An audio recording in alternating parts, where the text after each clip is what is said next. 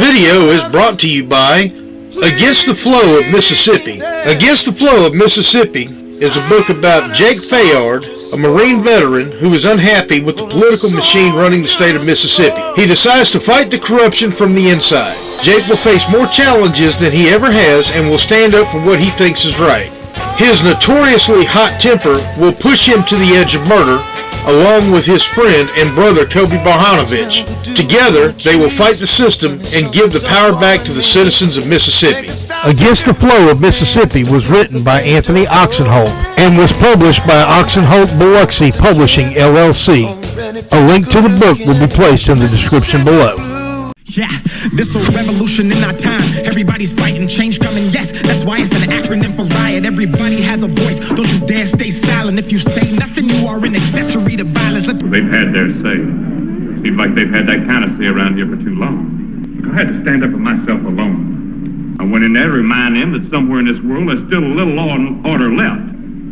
To let them know in the only kind of terms that their kind understand is that they can't bribe or threaten their way out of what they did. Let them do this to me and get away with it, and you give them the eternal right to do the same damn thing to any one of you.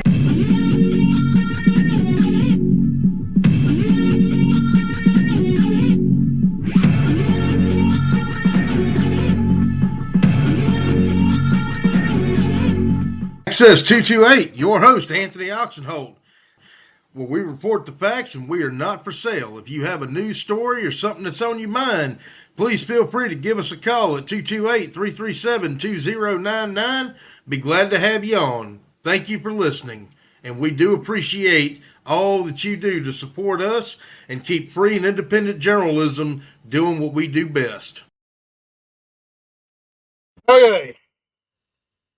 First off, before I even get started, let me take this opportunity to say,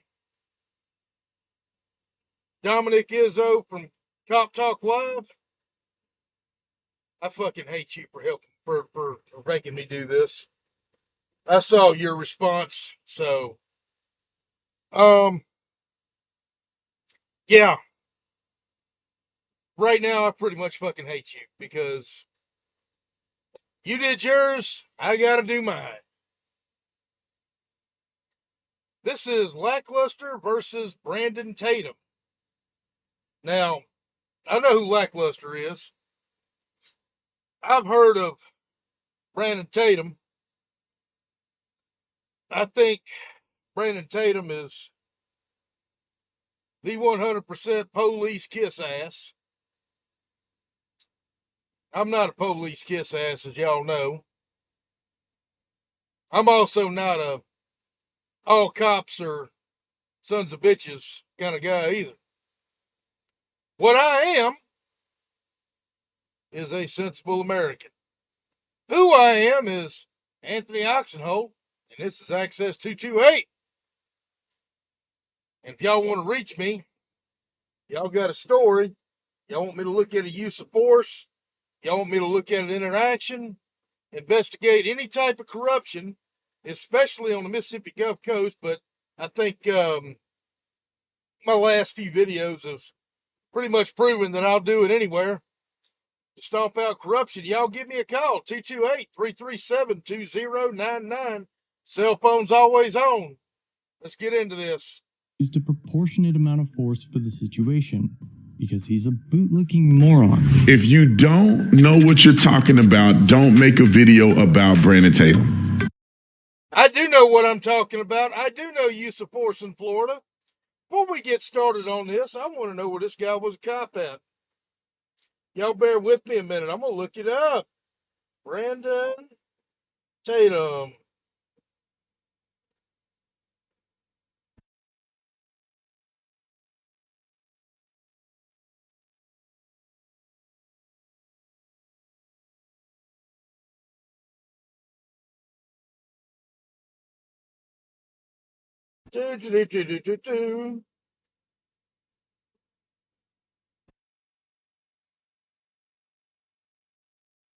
Oh, he was a cop in Tucson, Arizona.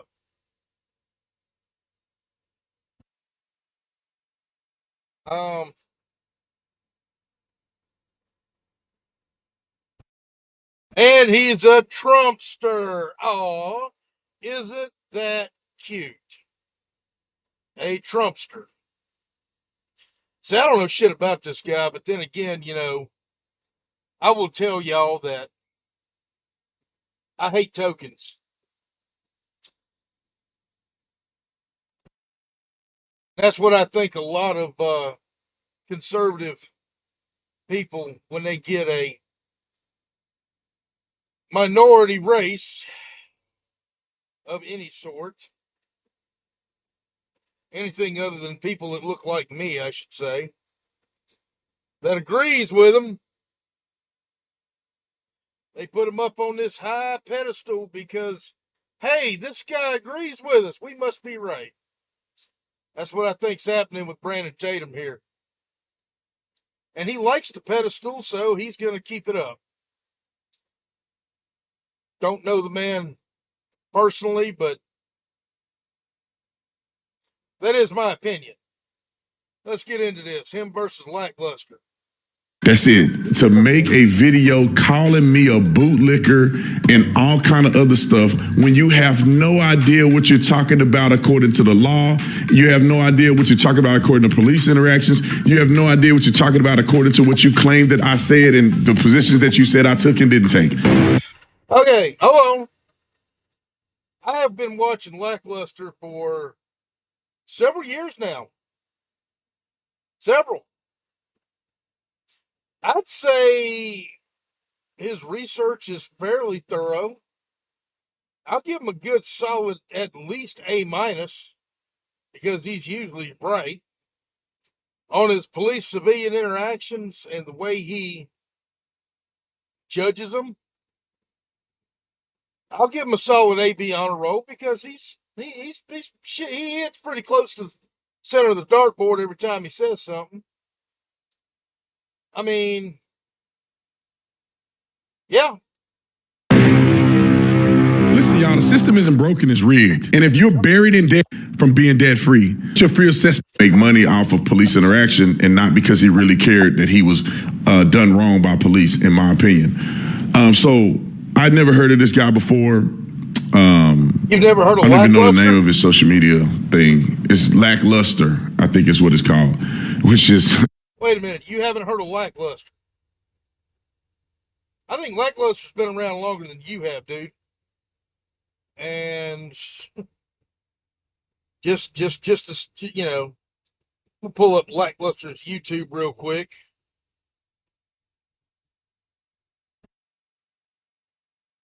Let's see here.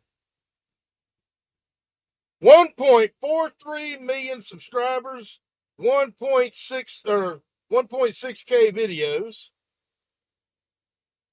The officer Tatum.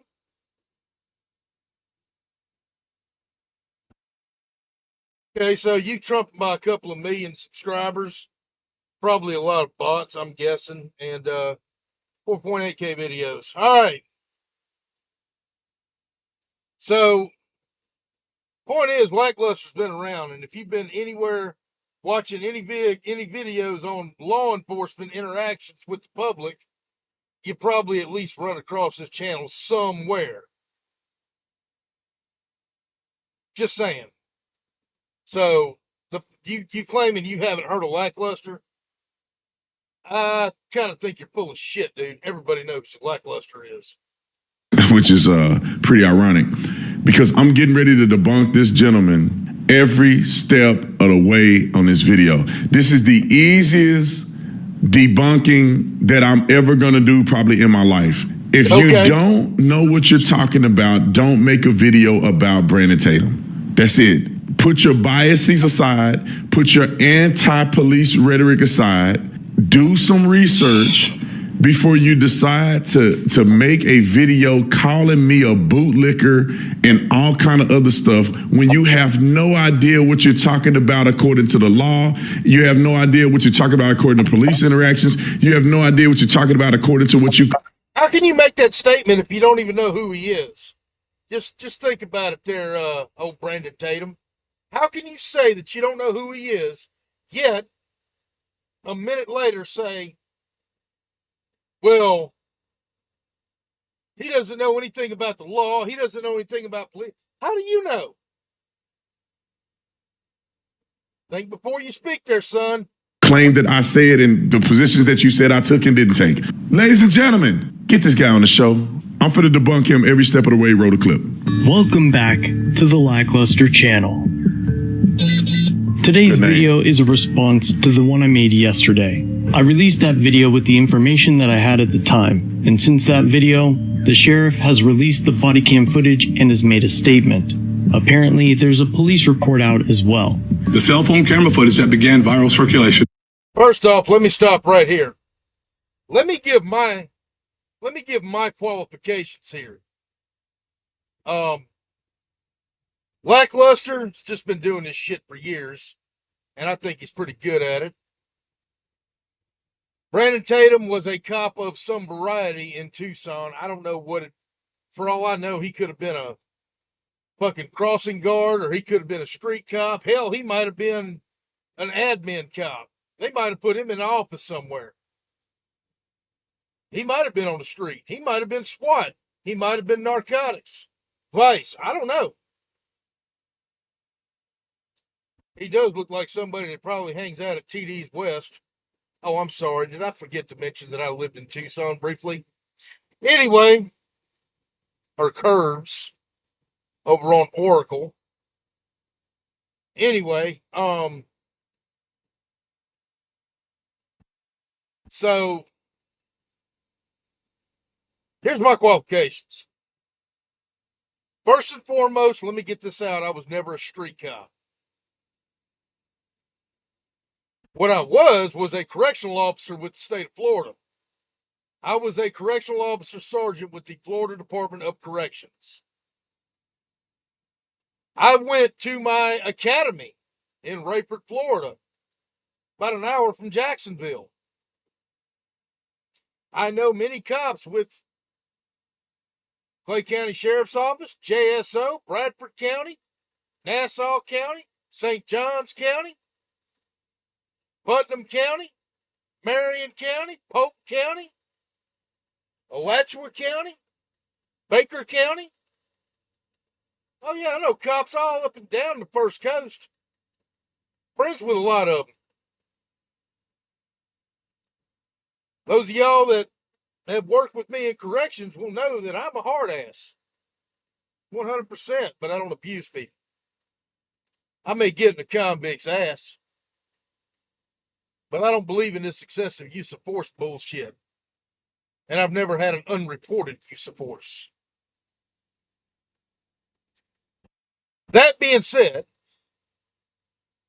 me actually being familiar with Florida law, oh shit, damn, this redneck knows about Florida law. What do you do with a son of a bitch like me? I don't know if my ATMS is still good in Florida or not. It's probably expired. I've been gone for several years. But before we get into this, I want to look up Florida Statutes 316, which governs traffic, by the way. Inclement weather. Let's go to what the Florida legislature defines as inclement weather.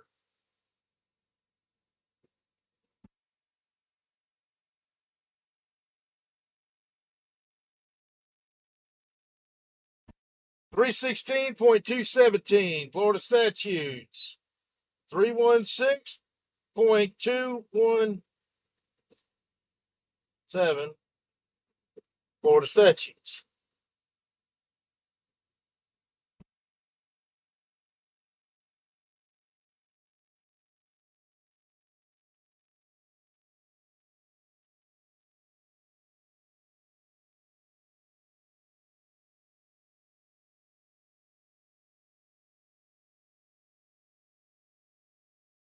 Every vehicle operated on the highway within the state shall display lighted lamps and illuminating devices as herein respectively required for different classes of vehicles, subject to exceptions with respect to parked vehicles under the following conditions. At any time from sunset to sunrise, including twilight hours shall mean the time between sunset and full night, or between full night and sunrise. During any rain, smoke, or fog, stoplights, turn signals, and other signaling devices that shall be lighted as prescribed for use of such devices. Whenever requirement is hereafter declared as to the distance to which certain lamps and devices shall render objects visible, said provision shall apply during at all times stated in subsection 1 conditions, unless different time or condition is expressly stated. Whenever requirement is hereinafter declared as to the mounted height of the lamps or devices, it shall mean from the center of such lamp or device to the level of ground upon which the vehicle stands when the vehicle is without a load. Law enforcement vehicles may be operated without the display of lighted lamps required by this chapter under the following conditions. Operation without display of lighted lamps is necessary to the performance of law enforcement officers' duties. The law enforcement agency has a written policy authorizing and providing guidelines for a vehicle operation without the display of lighted lamps. The law enforcement vehicle is operated in compliance with agency policy. The operation without display of lighted lamps may be safely accomplished. Keep that in mind.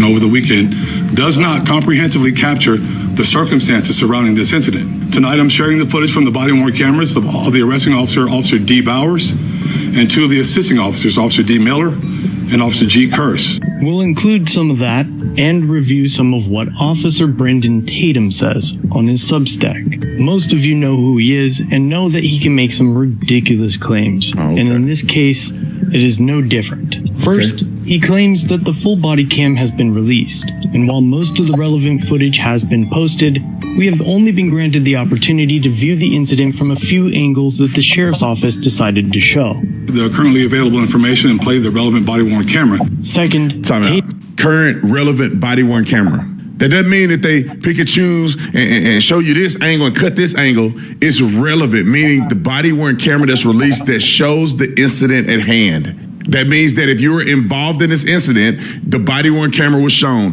If you had no involvement in this incident, there's no need to show the body-worn camera during a press conference. The first lie he made. Okay. Damn it. I need a referee shirt for this. Flag on the play. Florida Statutes 119, Public Records Law, Sunshine Laws. Oh, shit. He knows sunshine laws in Florida, too. Body cams are public records. Why not release them all? What are you hiding? If you omit something, my investigative mind, and I'm probably a better investigator than you, Officer Brandon Tatum, having dealt with the most manipulative motherfuckers God put on this earth,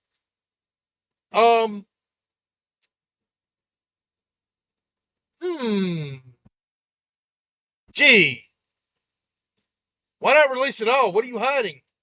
Don't omit shit. If you're in the right, throw it all out. Oh, and what is that? Oh, yeah, you're required to by Florida Statutes 119. By the way, JSO. JSO is an acronym for Jacksonville Sheriff's Office. As I said on my other video concerning this, JSO is a consolidated department. It encompasses Jacksonville Police, which the Jacksonville Police Department doesn't exist anymore, and the Duval County Sheriff, which doesn't exist anymore. They both coexist as JSO as one department. They're not ran by a chief, they're ran by a sheriff. I don't think that interferes with the other three incorporated municipalities in Duval County, which is Atlantic Beach, where I used to live, Neptune Beach, which is right next to where I used to live, and Jacksonville Beach, where I've spent many a time there. That being said, I do believe JSO does have open jurisdiction to operate in all three of those, as well as anywhere else in Duval County, Florida. That's breaking that down. Second, JSO is an acronym for just shot one. Y'all keep that in mind too. Rolling. Tatum puts in bold lettering that JSO was justified in the force used against McNeil. He follows this statement by claiming that only the palm strike was being reviewed to determine whether it was in policy, and fails to mention the several other punches inflicted to McNeil despite agreeing to exit the vehicle. Step out now. All right. And placing his hands behind his back. Behind your back. I'm resisting. Behind your back. Within his defense of complete dog shit, he claims that nothing was criminal in the officer's actions. And sure, the DA hasn't filed criminal charges. But we Stop right there. The DA, the state district attorney's office, deemed, according to the chief, that there was no criminal action conducted by the law enforcement officers on scene, who watched the amateur video from the suspect and also watched the body-worn camera footage and all relevant footage that's made available. And they decided that there was no criminal activity. They decided there was no criminality, not Brandon Tatum. The state prosecutor said that it was no criminality. Now, when you can't, now if the state prosecutor said that there was criminality and the officers were wrong, Buddy over here would have accepted it. But guess what he says about the prosecutor now that the prosecutor don't agree with him? Roll the clip. the government to protect itself. All right. First off, I haven't seen anything come out of Melissa Nelson's office. Melissa Nelson being the state's attorney, which is what they're called in Florida, by the way, not district attorney. Where I live and where I'm from in Mississippi, we have district attorneys. In Florida, they're called state's attorneys. Jacksonville, by the way, is in the Fourth Circuit of the state. I know it's Duval, Clay, I want to say Nassau and St. Johns counties in that as well. Anyway, that being said, I haven't seen anything from Melissa Nelson's office. I haven't been able to call my sources over there yet. Maybe I should. Maybe I should call over there to Melissa Nelson's office and find out what's going on. I like Melissa Nelson. I've met her a few times. She's a really nice lady. But it also could be that they may be seeing if the DOJ is going to step in. That may happen. Little fun fact, though, and this is also to debunk something that was said in Dominic Izzo's video doing this. I do have to point this out, sir, if you watch this. There are Florida state laws that mirror federal laws. Unlike a lot of states where it separates federal and state laws, in Florida, to give you an example, the use of amateur radio frequencies in Florida is a crime, a state crime, just like it's a federal crime. A lot of states don't have stuff like that. They could care less. Florida mirrors a lot of federal. So if it's federally illegal and the feds don't get you on fed charges, the state can get you on state charges for the same crime. Just throwing that out there. Florida is a fuck around, find out state. 100% fuck around, find out. I know y'all think I'm joking. There's a reason the Florida Department of Corrections is the third largest correctional system in the country, slightly behind Texas and nipping at the heels of California. They build prisons to lock motherfuckers up. They do not play.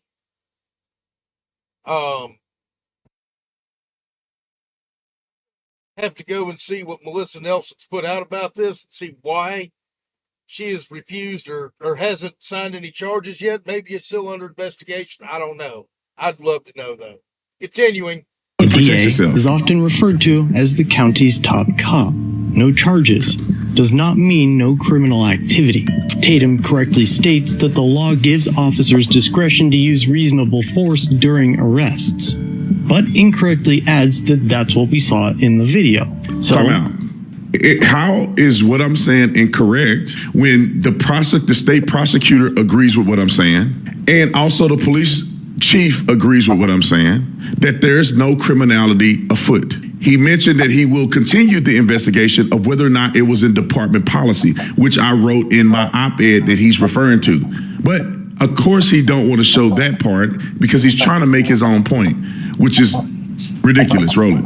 before we watch the videos, let's discuss what reasonable force is and when officers are lawfully allowed to use it. We can start with the first body cam of the deputy that initiated the stop and compare it to Tatum's assertions.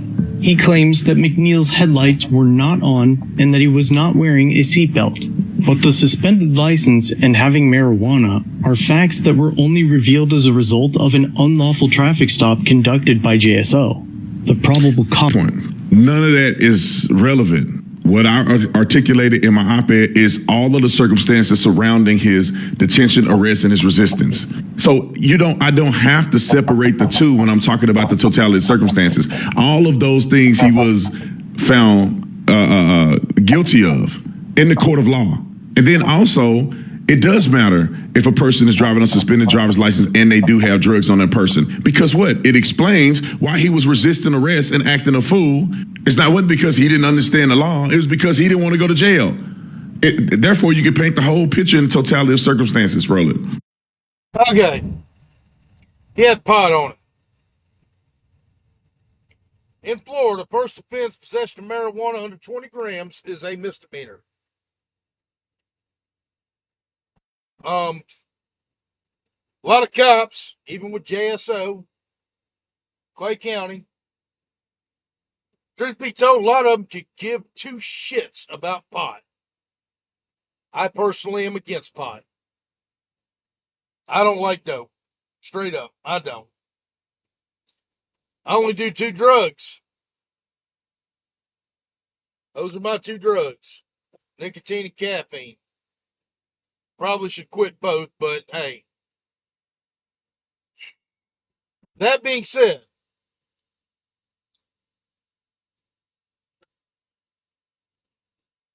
when you have things that you didn't know, you find out later on, yeah, that could play in the totality of circumstances. Suspended license, Florida takes that very seriously. I will tell you that. Florida 100% takes that seriously. Did y'all know that third offense, driving under suspended license in the state of Florida, is a third-degree felony? Now, in Mississippi, you can have 100,000 driving under suspended license charges, and it's all a misdemeanor. But in Florida, you get 3, you're a felon. I've seen people go to prison behind that shit. Well, they'll usually get probation, and then they'll violate probation because probation in Florida is so easy to violate. When you get probation in Florida, you got one foot on a banana peel and the other one in the cell that they fixing to put you in. Do not pass go. Do not collect $200. You go straight to Lake Butler. You go straight to RMC or Northwest Florida Reception Center or Central Florida Reception Center, South Florida Reception Center, and if you're female, Florida Women's Reception Center. Yep, you're gone. You're done. You get arrested by your PO, they take you to county. A couple days later, they transport you to one of the 5 reception centers in Florida. And then you become in our custody of my former department. That being said, yeah, they take it serious. And before we get on this, after what I just read, the stop was a valid stop. I have to say that. The stop was a valid stop. It is codified in section 316, which is the civil traffic code in Florida. And it would be a civil traffic offense for not having a seatbelt, not having your headlights on. Now, was it raining? Was it not raining? That's where it's going to come into play here. I'm going to say it negated it because it wasn't raining, unless it was raining when the officers saw him and just stopped when the body cam footage was turned on or whatever. That's very possible. It's Jacksonville, Florida. You get your afternoon shower about 3 o'clock every day. You want a free shower? Walk outside with a bar of soap. It's coming. It's Florida. We call it liquid sunshine. I said it in the other video. I'll say it here. However, the other officers were violating the same law, but we'll get on that later. Let's go ahead and play it. As stated by the deputy, was that his headlights weren't on. But again, the law states during any rain, smoke, or fog. Time out. Right. Inclement weather, rain, smoke, fog. It also talks about sunrise, sunset. There's reasons that you have to have your lights. Let me stop you right there, Tatum. I'm looking at the Axon body cam and I'm seeing 16, 17, 35. So you're telling me at 4:17 in the afternoon during February, clearly it's daylight, you're telling me that you're required to have because it's nighttime? No, bro. You're wrong there. So you could take that other argument out. Let's see here. I don't see it actively raining. Let's see here. No, it's not foggy. It has rained. You could tell that. It's overcast. Looks like your average February day on the north side of Jacksonville to me. Illuminated. He did not have his lights on. He did not deny that his lights were not on. He did not skirt these charges when he went to court. Now they decided to keep him on the bigger charges and dismiss the other ones because the other ones were criminal. So you don't try to charge him with both. But he still was found responsible. He did deny responsibility. No one has said that the officers were wrong on the initial traffic stop. Why? Because I'm going to prove to you. I'm saying that they were wrong. Based on this, you talk about totality of circumstances. Let's look at the totality of circumstances. It's not raining. That this is inclement weather, and it was raining. And I know you're from Texas, what I just read of you, and you've been out in Arizona for a while. You ever been through a hurricane, son? That's your inclement weather.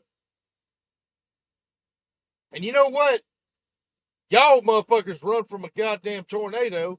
When it rains out in fucking Tucson where you're at, y'all fucking streets flood like a motherfucker during the monsoon season. Trust me, I've been out there for it.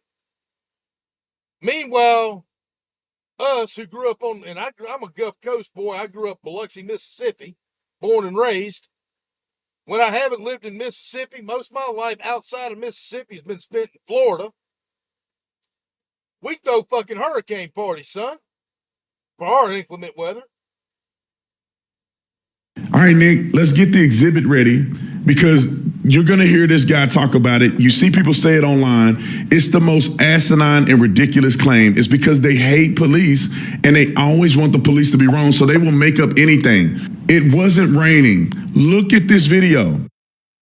It had rained, but it was not actively raining at the time of the stop. Who says he turned his headlights off?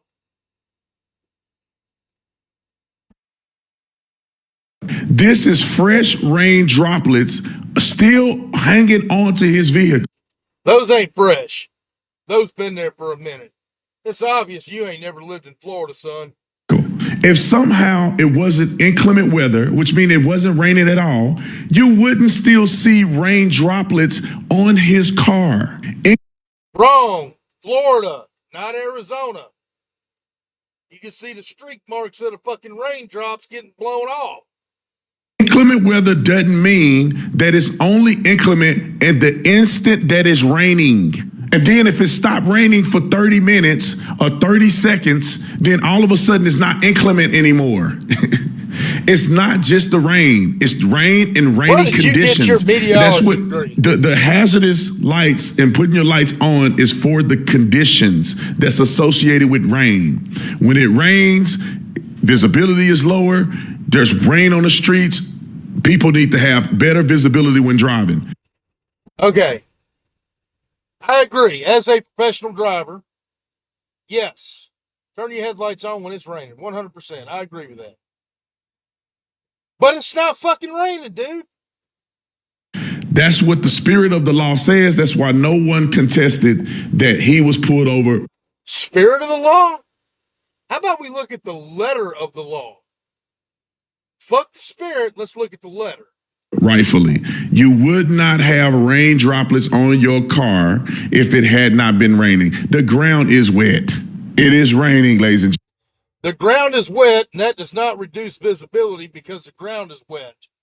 The ground being wet reduces traction, not visibility. Unless it's on I-10 or I-295 or I-95, and you're running 70 miles an hour, and you're throwing mist off your tires just after a heavy rain. I don't see any of that. Gentlemen, maybe it stopped raining for a small period of time. That does not preclude the justification. And how long before this traffic stop happened did this guy start driving? Did he pull out of a parking lot somewhere? We don't know, do we? Who's to say he wasn't in a business on the north side? He came out, it wasn't raining, he didn't turn his headlights on. Yeah, he still got water on his car. Hell, I've carried snow on the back of my truck from Ohio and had it going all the way down to the South Carolina-Georgia line, and it wasn't snowing. It happens.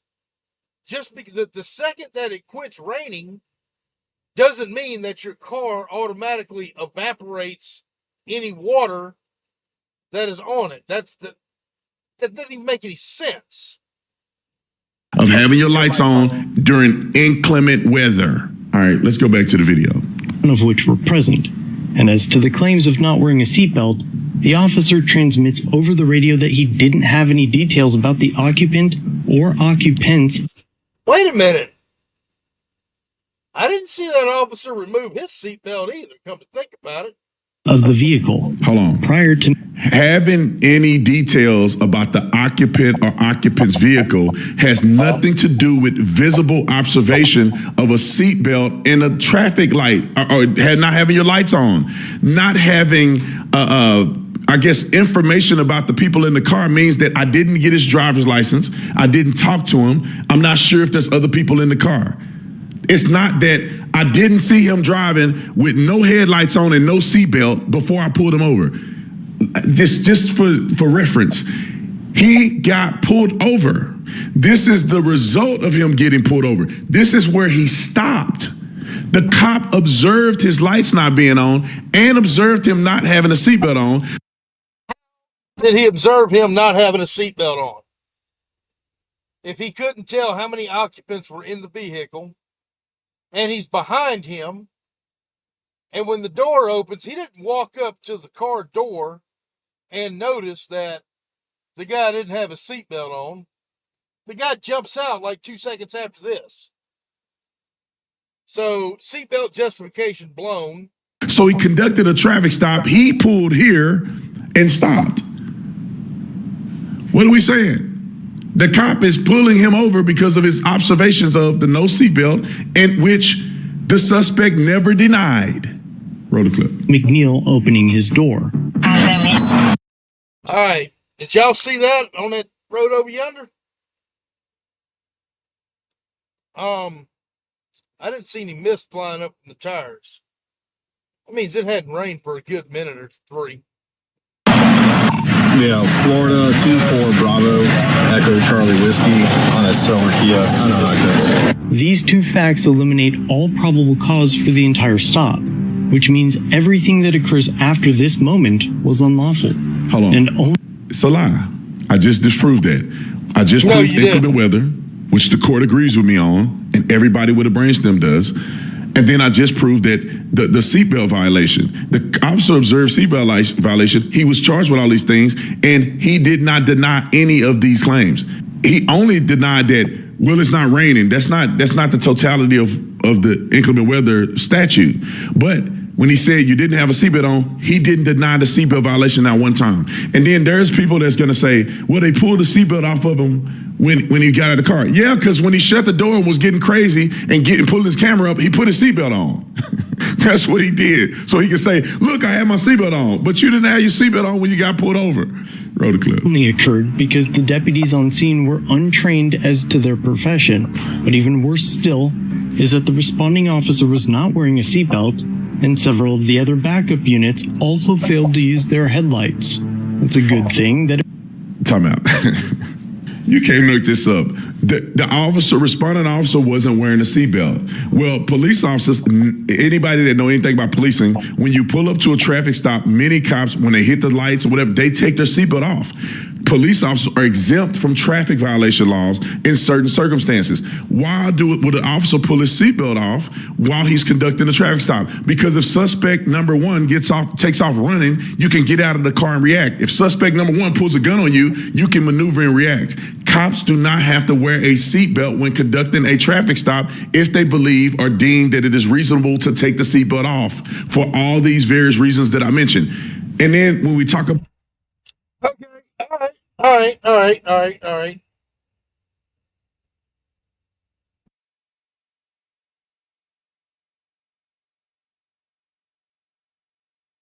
Let's see there, Officer Tatum.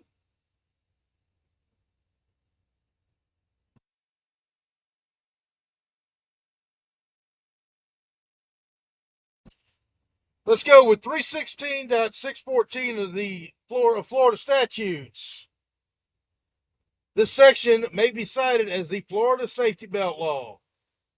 Paragraph 2, it is a policy of the state that enactment of this section is intended to be compatible with the continued support by state for federal safety standards requiring automatic crash protection, and the enactment of this section should not be used in any manner to rescind or delay the implementation of federal automatic crash protection system requirements of Federal Motor Safety Standards 208 as set forth in S4.1.2.1 thereof, as entered on July 17, 1984 for new cars.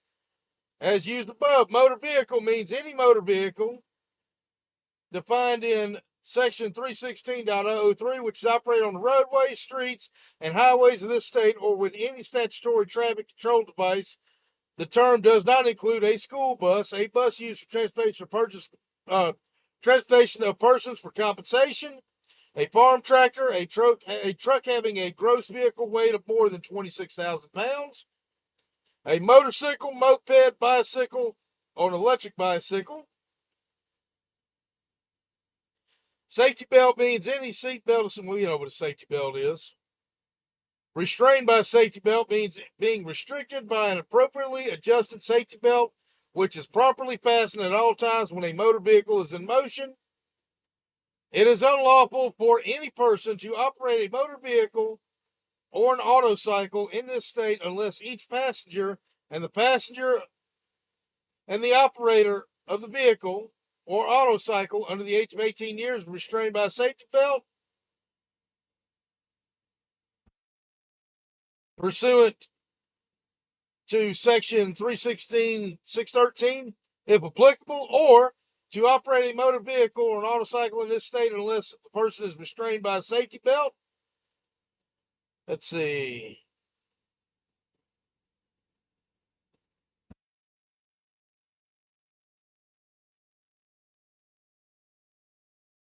I'm still reading here.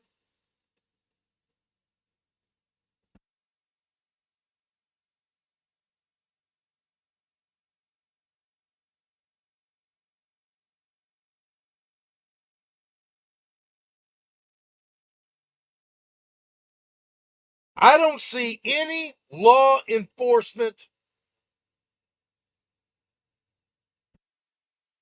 exemptions.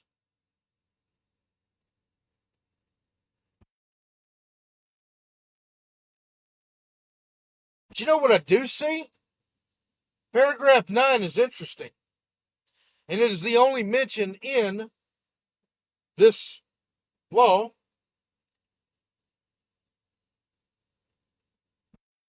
that mentions law enforcement. Each law enforcement agency in the state shall adopt departmental policies to prohibit the practice of racial profiling. When a law enforcement officer issues a citation for violation of this section, the law enforcement officer must record the race and ethnicity of the violator. All law enforcement agencies must maintain such information and forward information to the department in a form, manner determined by the department. The department shall collect this information by jurisdiction and annually report data to the governor, the president of the Senate, and the speaker of the House of Representatives. This report must show separate statewide totals for the state's county sheriffs and municipal law enforcement agencies, state law enforcement agencies, and state university law enforcement agencies. Damn! You can't use the seatbelt law to racial profile in the state of Florida as codified in Florida Statutes 316. Gee. How about fucking that? But, cops need to wear seatbelts so they get a ticket. Matter of fact, it was the policy of the Department of Corrections, the Florida Department of Corrections, that we, even when we were on perimeter, which means that we're driving around the outer perimeter of the prison, usually at about 10 miles an hour or less, we were required to wear a seatbelt. About headlights, the lights and sirens control the lights of the vehicle. They control the lights of the vehicle. So when you turn your lights on, it takes over headlights, upper lights, and all kinds of lights. You're so full of shit. Officers are not obligated, depending on the circumstances, to follow traffic laws. They have to drive with due regard, and they have all of these exemptions that you can find right in the law. You can look it up yourself. Wrong. Cops do not enforce the law by violating it. Unless it is an emergency situation. In most states, I know Mississippi's one of them. Cops can't just do 60 and a 40 down the road with no lights and sirens on, not heading nowhere. That's a violation of state law. Oh, damn, you must have been a really shitty cop, dude.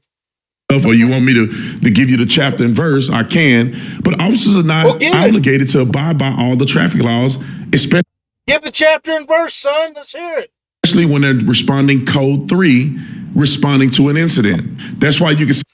Who the fuck was code 3? I see him code 2. I don't see him code 3. Who the fuck was code 3? And why would you go to code 3? Because somebody's not wanting to. Jesus Christ, this fucking guy. See a police officer sitting on the side of the road with no lights on. That's why a police officer can respond to the scene and go past the speed limit. If the officers had to abide by every traffic. In an emergency situation, yes. Not in a non-emergency situation. I didn't hear him say 1024. I didn't hear him say 1024 and he back up 1018. Oh, shit, he knows radio codes, too. I didn't hear not one 1024 come out over that officer's radio. Not one. Then they'll be in trouble right now because they were speeding to get to this thing. If a person decides to drive off in a police officer, they can't pursue because then they'll be breaking the law of going over the speed limit. There's exemptions from officers of court in the law, depending on the circumstances, and these circumstances don't necessitate police officers to follow every traffic law. Roll the clip. It wasn't unlawful to do so, but let's pretend that it was. And by refusing to identify here, McNeil was breaking the law.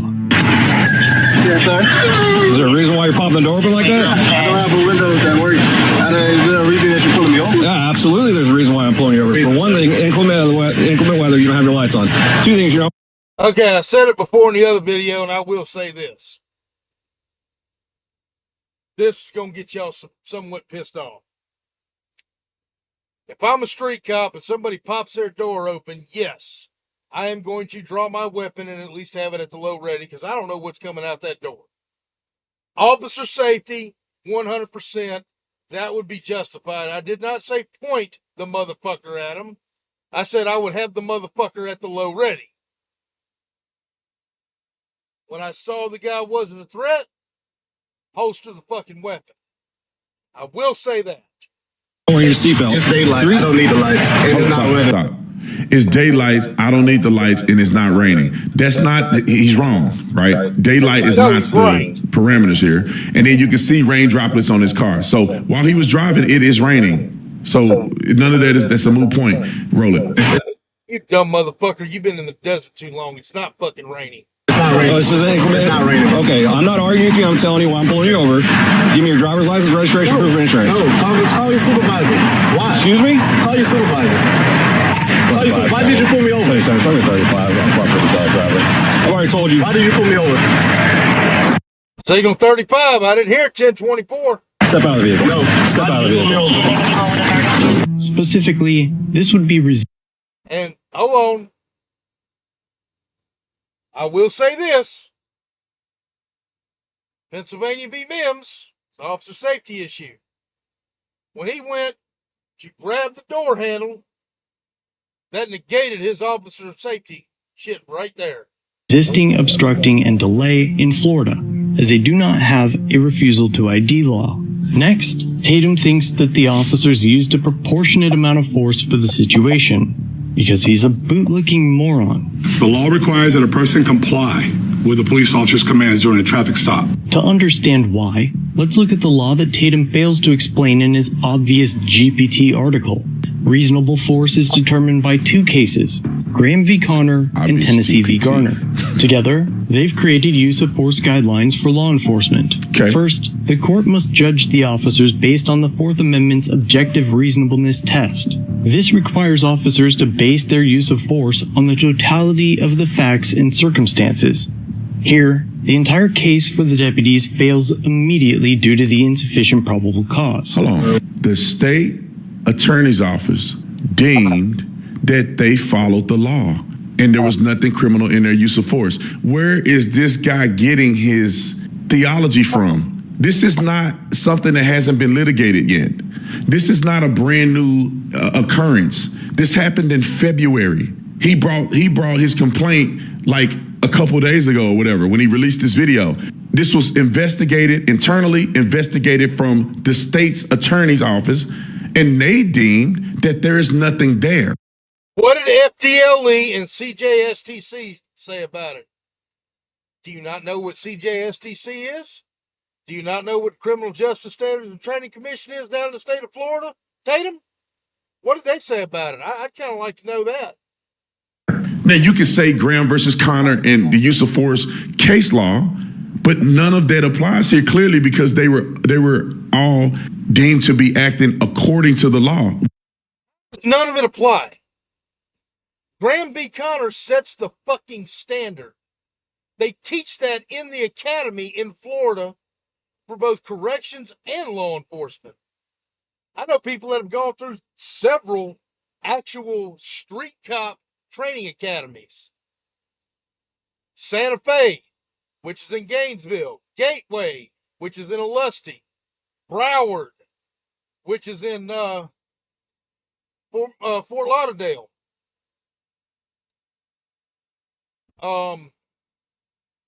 FSCJ in Jacksonville. Yeah. How can you say that it doesn't apply when they teach the shit in defensive tactics and firearms. Also, quote 776 Florida statutes, Tatum. You want to talk about you can quote chapter and verse? Let's get into that later, though. We'll get into 776 later. Within reason. Roll the clip. Echo Charlie Whiskey on a Solar Kia. I don't like this. But if the vehicle extraction was lawful, the amount of force used must take into consideration the severity of the crime, whether the... Boom! Right there. Where in 776 Florida statutes does it say that he could reach in there and punch that dude right in his fucking face? Suspect poses an immediate threat, and whether they were actively resisting or attempting to flee. By now, you may have heard that McNeil had a knife, but who the fuck doesn't? It was never in his hand, and upon review of the video, he never even reached for it, despite this is the thing that people don't think about with him. He has a big serrated knife that's probably 12 inches long. 12 feet or 12 inches? Boy, I'd love to. I agree with Dominic, man. I want to see some of your fucking incident reports. I may try to request those from Tucson PD. Because I want to see how you write shit up. Where the fuck is he going to put a 12-foot knife? This motherfucker. Second, did he go for it? Did he reach in the direction of it? Did he act like he was going to go for it? No. Is he allowed to have a knife in his car in the state of Florida? Yeah, damn right he is. Hell, I got several in this truck. Truthfully, as long as it is securely encased, he can have a firearm in that truck as long as he's not a prohibited person. On his floorboard. Who rides around with a knife like this? It's not reasonable to have a knife like this. People. Oh my God! Oh my God! It's not reasonable to have a knife like this. It's not reasonable to have a knife like this. He can carry a goddamn bayonet if he wants to. I got a friend of mine that's got a fucking lock blade knife that when it's fully extended, it's about that fucking long. He carries it in his pocket. I got friends that have K-bars that they carry on them. You do know what a K-bar is, right? Marine Corps issued K-bar?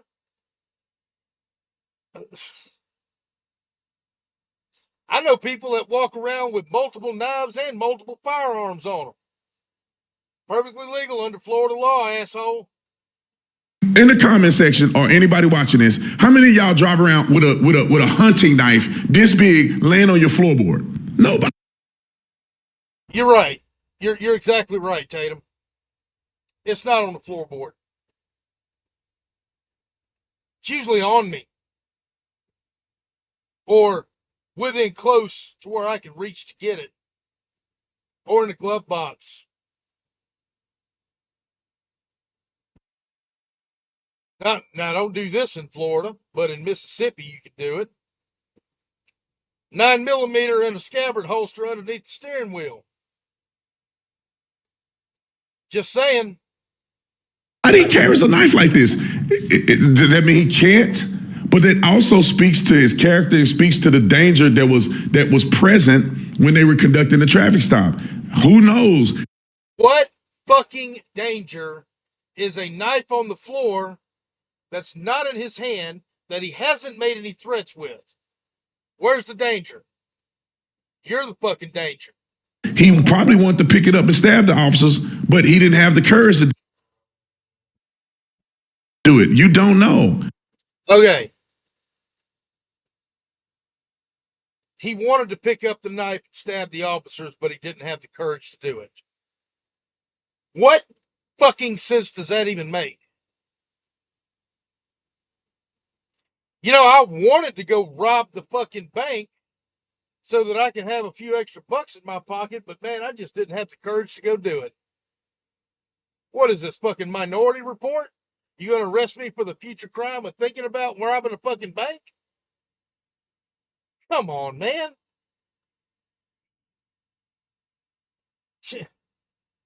Ha. This guy gives me a fucking headache. But this is a dangerous, deadly weapon that he has right under on the floorboard. And if you watch what he's doing, he's not cooperating for a large majority of the video that he did not play.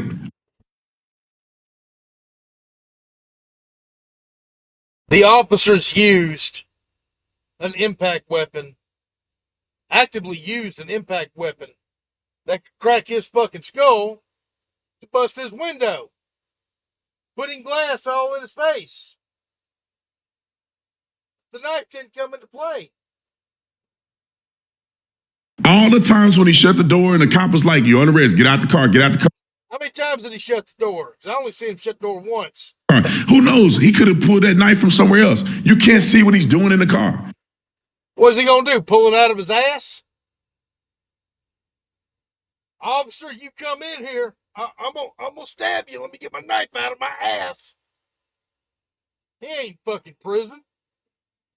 That knife could have not even been there. The knife could have been in the back seat. The knife could have been on the passenger seat, and he pulled it over there and put it on his foot. You know, like, these things do matter in the totality of circumstances. That's how irrational this guy was in the present danger that the officers were in. Just say that this is a deadly weapon. Just say it was a gun. It's the same premise. Well, he wasn't reaching for the gun, but he got a gun right there that he could pick up and use it. How many motherfuckers, and this guy was a cop in Arizona, how many motherfuckers have you pulled over with a gun and said, like, "Oh my God, you're going to kill me with that gun"? You're a fucking idiot. You know what, Tatum? Don't ever come to Mississippi being a cop, because everybody carries knives and guns back home. Against the cops. He got a knife he could use against the cops. These things do matter in the totality of circumstances when you're evaluating this circumstance, Roland. They only matter if he used them. If he attempted to use them. He's allowed to have a knife in his car. It's perfectly legal. Nowhere in Florida statute 790, oh shit, damn, he quotes statutes. Nowhere in Florida statute 790 does it say that he cannot have a knife in his car. Officers lies on the police report, but we'll return to that point in a minute. McNeil was at best passively resisting an unlawful arrest and never attempted to flee, and the severity of the crime was so incredibly low that nearly every officer that responded to the scene was in active violation of the same law McNeil was originally pulled over for. No headlights, no headlights, no headlights. Not to mention that one... That doesn't matter. I already said it is exempt. But it doesn't matter because they're cops. Yeah, we get it. But when it comes to saying that a person is passive aggressive, this guy, the thing that reasonable people in the courts look at is, what is the officer's observation of what's happening? If a person is just sitting there like this, that does not mean that they're not a threat. The threat level is that the person is non-compliant for the last X amount of time. When they knock the window out. Wrong. Use of force continuum. You can only use a proportionate amount of force to gain compliance over the suspect. Did you forget your use of force continuum, Officer Tatum? How many how many excessive force complaints do you have in your jacket? I want to know. How many times you've been under investigation for excessive force? Because if you're advocating for excessive force to gain compliance, he wasn't actively resisting. He was passively non-compliant. He wasn't actively fighting.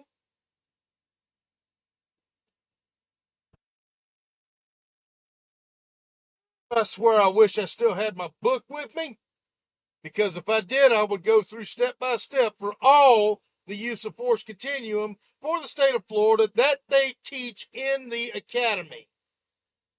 It's one book. It's a brown book. It's called High Liability. got 4 high liabilities in there. Vehicle operations, first aid, CPR, defensive tactics, and firearms. Those are the 4 high liabilities that are required for all police officers. And correctional officers are required to learn everything except vehicle operations. Gee, I wonder how I know. If the officer want to stun him while they're trying to open the door, that's nothing wrong with that. You can stun the guy to get him disoriented, to get him out back, so you can unlock the door and take care of business without you just sitting there jangling with the door. Wrong. Wrong.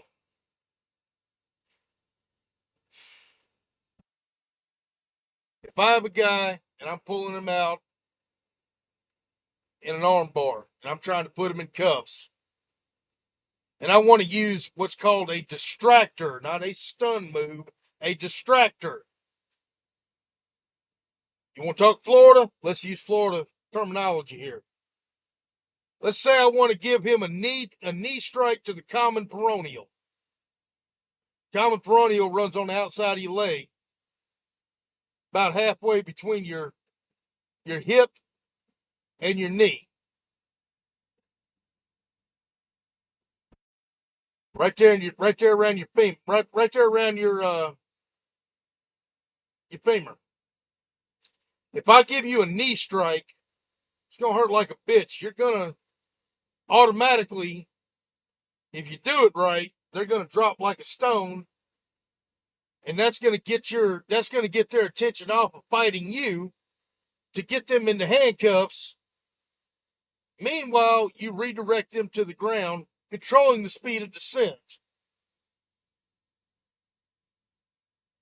That's proper. You just busted dude's window. You're not in position to do anything. You're not trying to pull the guy out of the car, and you give him a closed fist strike to the face. That's gratuitous use of force. He wanted to punch that dude in his face. And that right there is where the use of force went completely all bad. Everything after that, bad. Hold on, man. You good? Okay. You got a knife or gun in there? You grab it while I'm doing this right here.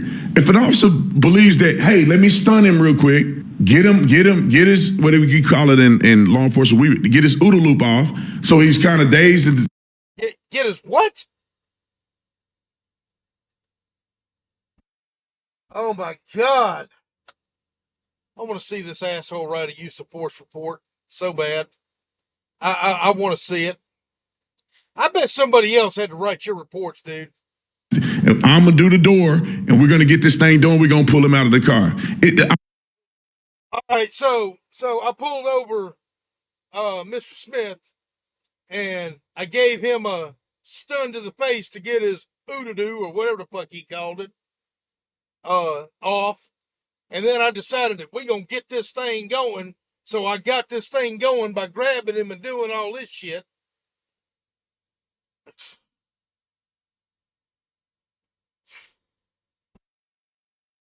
Excuse me, Officer Tatum. Would you read your use of force report to the jury, please? Officer can deem that that's necessary to execute an arrest.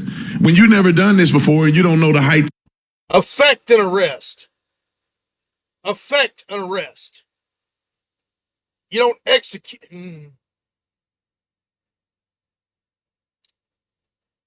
Whew. I would love to see this asshole perform for a jury in court. Suspicion and things that go on like this, you would be like, oh, you just did it for no reason. Well, the courts evaluated and they didn't agree with you. Well, not the courts, but at least the prosecutor's office, they didn't agree with you. Roll the clip. Once the door was opened and he was ordered out of the vehicle, McNeil responded with, all right. Step out now. They said, first of all, he's resisting. They told him to get out 7 or 8 times already. He said, he not. They break the window out. Get out of. Do you know the difference between active and passive resisting? I would love for you to answer that question. The car. He refused. He got the doors locked. He's not opening the door. They had to knock the window out to get him out. Then they had to open the door and pull the seatbelt off of him to get him out. And people say, he had a seatbelt. No, he put the seatbelt on during this traffic stop to cause this problem, right? Because then they can't just pull him out. They got to undo the seatbelt and all that. He refused to get out. Then when they go to pull him out, he go, okay. But then he says, they go, put your hands behind your back. He said, no, don't touch me. He said, no, don't touch. He's holding his arms, resisting arrest. And this guy saying he was compliant. No, he wasn't. Roll it. And likely would have allowed the deputies to remove him, cuff him, and put him in a cruiser. But instead, 3 deputies pulled him in opposite directions while they punched him and threw him to the ground. In fact, when viewing the body cam frame by frame, McNeil can be seen putting his hands behind his back before saying no. Okay, I know Connor B. Graham says no Monday morning quarterback. But I'm gonna do it here. Why did they redirect him to the ground as opposed to redirecting him to the side of the car? Don't punch me. Hold on. Listen to this guy. He said, McNeil said, no, don't punch me. Where does he get no, don't punch me? If a guy is wrestling with the cops, he's not saying, no, don't punch me when nobody punched him. He's saying, don't touch me. He's telling them, don't touch me. And this guy is saying that he said, don't punch me. The transcript that was put into the video associated with the body worn camera has don't touch me. I hear him say, don't touch me. Why would this guy say that he said don't punch me? It's the craziest thing ever. Roll the clip.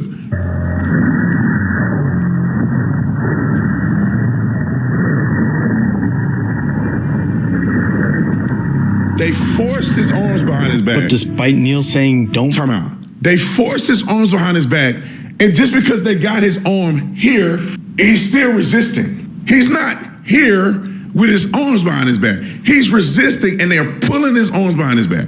He's not complying.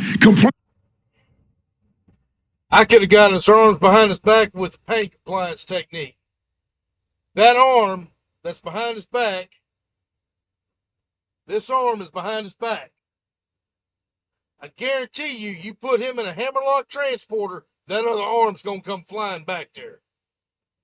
Or a shoulder lock transporter. Or a wrist lock.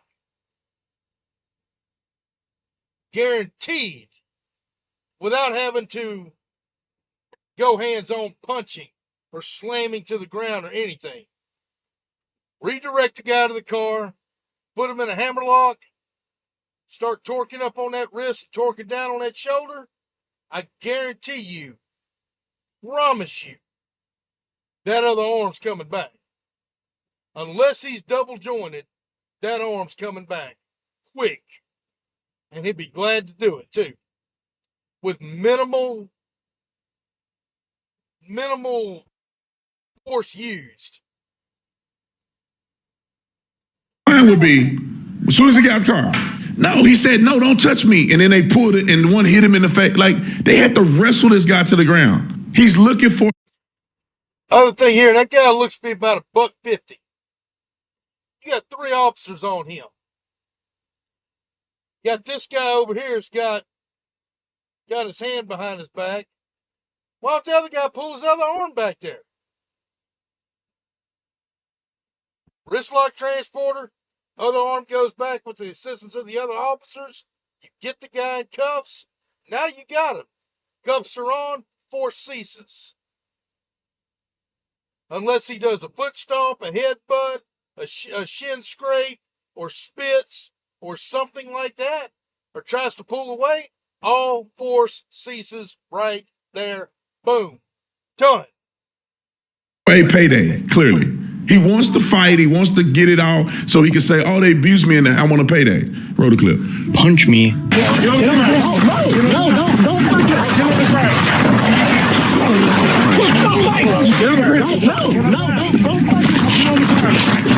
And why'd they grab his fucking head? Don't touch him.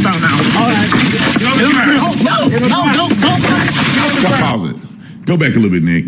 All right, right there. I want to play the little words in this guy's video. Play it. No. Watch this. Pause. Even in this guy's own notes on the side, when she added, "Don't punch me," it say no, no, no, no, no. They're saying, "Put your hands behind your back." No, no, no, no, no. He's saying no, no, no. He's resisting. "Don't touch me." That's what he's saying. He's resisting. He didn't get out and comply. He didn't get out and say, "Okay, officers, I'm giving up. Here, I'm putting my hand behind the back." He gets out and stands up and said, "Don't touch me." And he's resisting. And it take 3 or 4 officers to force his hands behind his back. And he would still be standing up fighting him if the officer didn't check him on the chin, which that officer believed that utilizing that level of force is what executes the arrest. And that officer wanted to punch him in the face. Let's get that straight right now.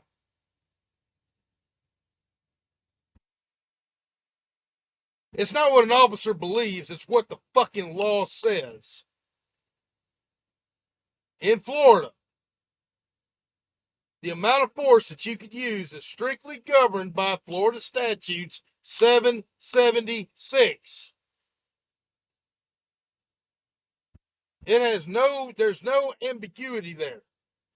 In Florida, there are 84 defensive tactics moves that you can use that are acceptable. So if you come in here, if Chuck Norris comes in here, wants to be a cop in Florida, and we all know Chuck Norris is a bad motherfucker, that Chung Kuk Do or whatever the hell it is, he can't use any of that. He has to stick to what is prescribed and taught in the academy.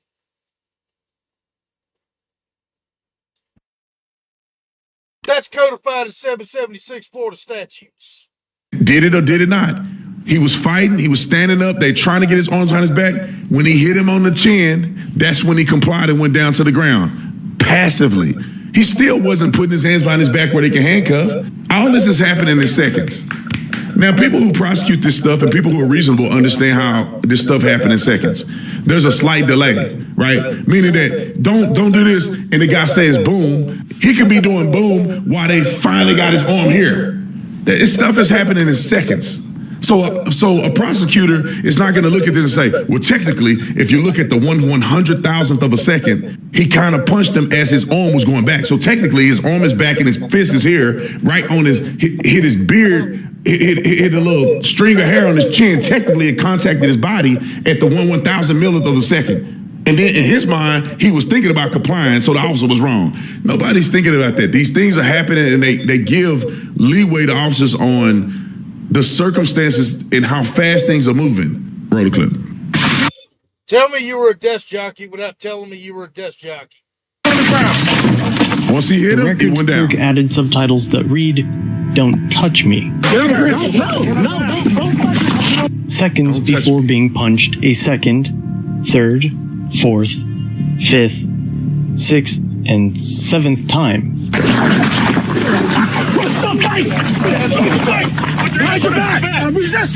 So stop right there. This dude has a problem with the punches in the thighs. First of all, that's not the same officer.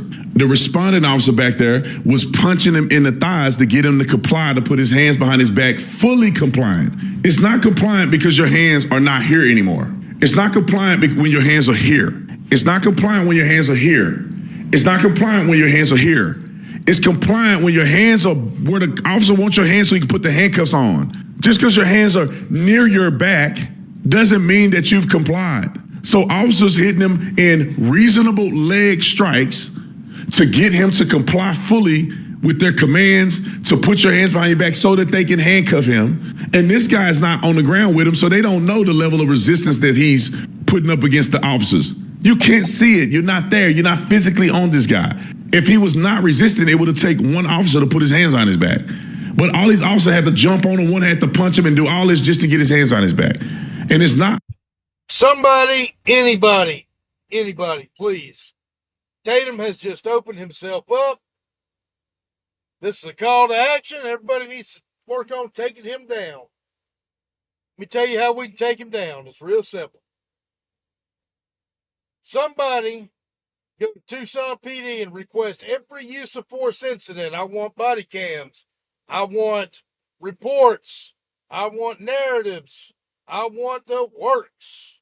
Somebody needs to be out there. One of y'all on the internet needs to go out there and be getting this stuff. And also, somebody tell me how long this asshole was actually a cop. And if he ever left the desk. Unreasonable for officer to hit him in the legs to get him to comply. Now, if you see him complying and the officer still punching him and beating him and hitting him in the face, then we'll have a different scenario. The officer's punching him in the legs. Once he feel like the guy has fully complied, he stopped punching his legs. That's reasonable.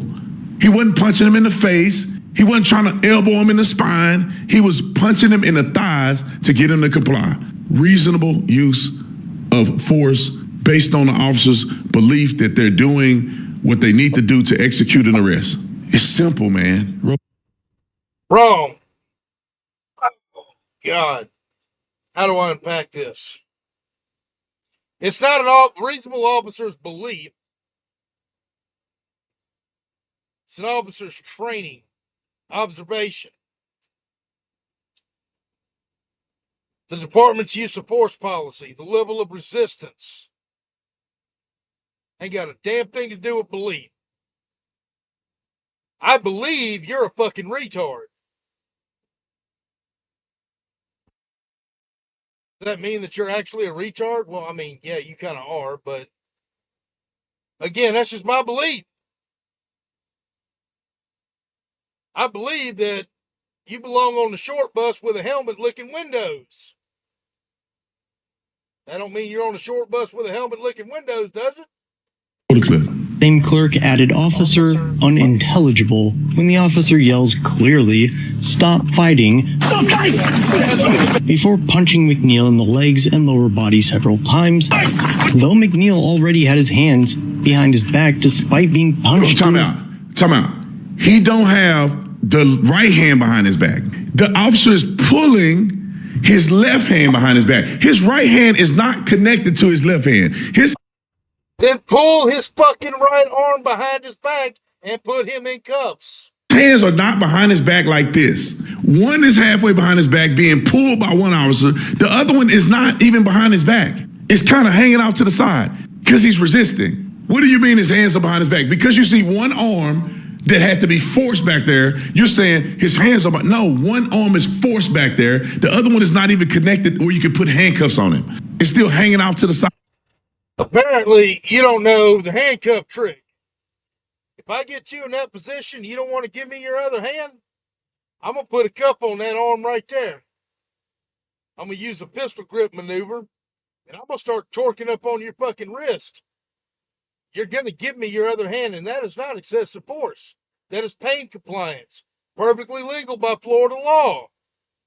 Out over there. His hands are not behind his back. Roll it. Faced twice, thrown to the ground, and having his face mashed into the pavement. After the incident, Deputy Bowers wrote in his incident report, "The suspect was reaching for the floorboard of the vehicle where a large knife was sitting." This was obviously written to obfuscate the truth so idiots like Tatum would point and say, "See, had knife," and to justify what he already knew was excessive force. Not one time, and I'm going to be done with it now because it's pointless. I've already debunked everything he said in this video. No, it's more. I'll play a little bit more. But not one time did anybody say that any justification was even argued because he had a knife in the car. People only brought up the knife, including the sheriff, was simply because they're explaining the totality of the danger in this situation. The guy's literally resisting arrest for several minutes, shutting the door, locking the door, and doing all that, and he has a knife on the floorboard. This guy which is a deadly weapon in close proximity to him. But that doesn't have nothing to do with. It's a deadly weapon. They have firearms, tasers, impact weapons, probably knives themselves. They have a plate carrier on. Granted, yeah, normally plate carrier is not going to stop a knife. You know what the best defense is for a knife? Is space. Disengage, draw your weapon. Drop the knife. Loud verbal commands. Drop that knife. your weapon trained on them. If you're so afraid of the fucking knife, that's what you do. That's defensive tactics 101. They teach that in Florida. They teach that. They fucking teach it. Anything else, because nobody argued that. I didn't argue it in my op-ed. The sheriff didn't argue it. Nobody's arguing that they did this because he had a knife. They're just explaining that this guy had a weapon in close proximity. And I don't know what the officer saw.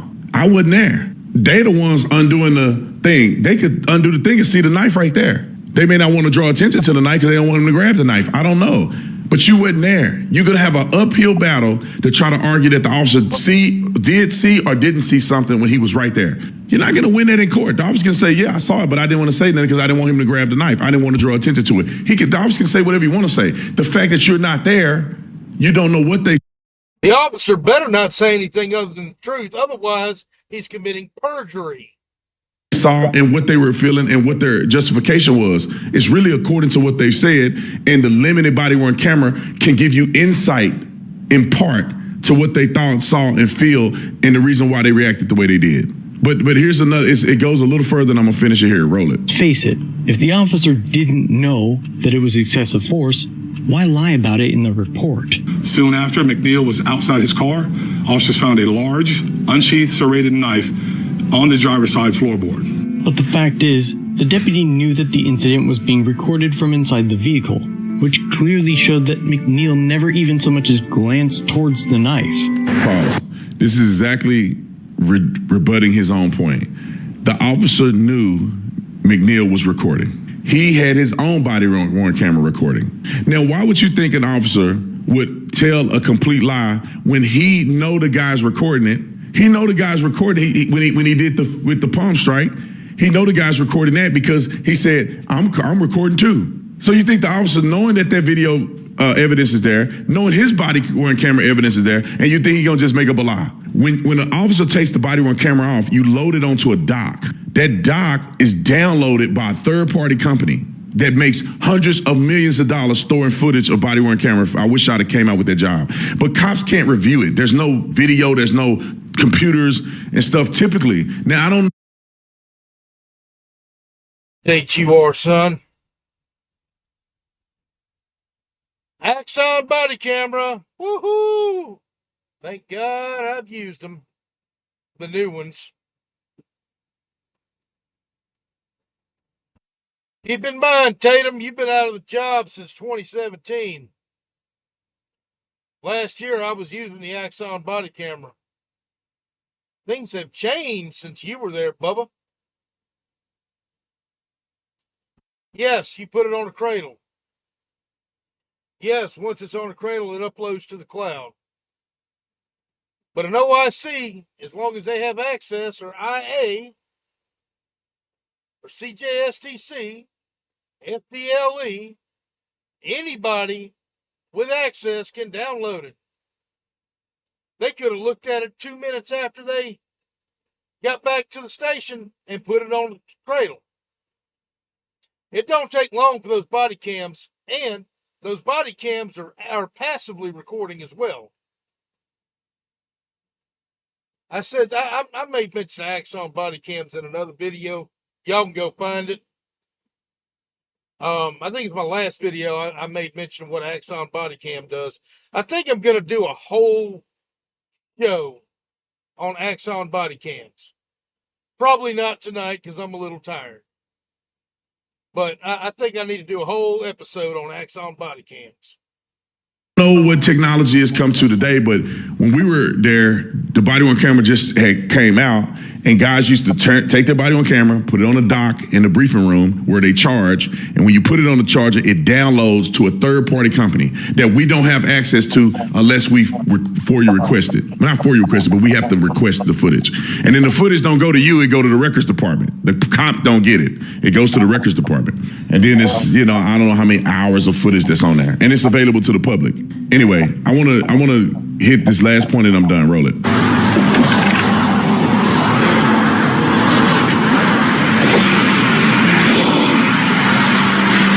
I want to get to the Tyree Nichols thing, and then we could be done with this.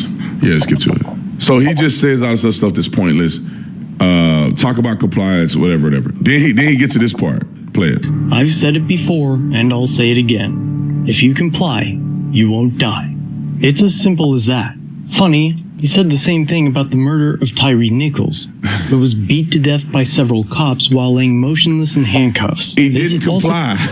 He did. I made the video and said the officers were wrong anyway. This guy's, he don't even watch the videos he's talking about. I made a video saying the officers wrong and they deserve to go to jail and all this other stuff, which they did. And they beat the guy and some of them end up being responsible for killing him. The others were responsible for other crimes that they were charged with. Nobody's taking up for them. Nobody's supporting these officers, whatever the case may be. But he didn't comply. That's how he got from his car to under a street light down the street, because he fought the officers at the car. Then he ran and fought with the officers under the street light. They just so happened to use excessive force against him. What do you mean comply? He didn't comply. Compliant, they think compliance is I fight you until I start losing and then no, that's not how it works. Compliance is that you're under arrest, get out the car. Yes, sir, get out the car. For you to get in a foot pursuit with the police, you're not complying. Tyree Nichols will still be alive. I'll put my life on all these situations. Tyree Nichols will still be alive if he had gotten out of the car and got arrested like a normal person. Instead of fighting the officers, running, he escaped them. They fought him. He escaped them and ran, and they chased him. He didn't just get out the car and juke. They were fighting, and he was fighting them back and wiggling and hitting, and then he escaped, and they ran him down. So, and then they used excessive force. But if he would have just stopped and got out the car, he'd still be alive. I just had to go point by point on this guy. It's irrational for people to act and be like this. The facts are there. You can hate the police all you want, but I'm done listening to this asshole. I made my point. Y'all have a good one. Access 228, your host, Anthony Oksenholt.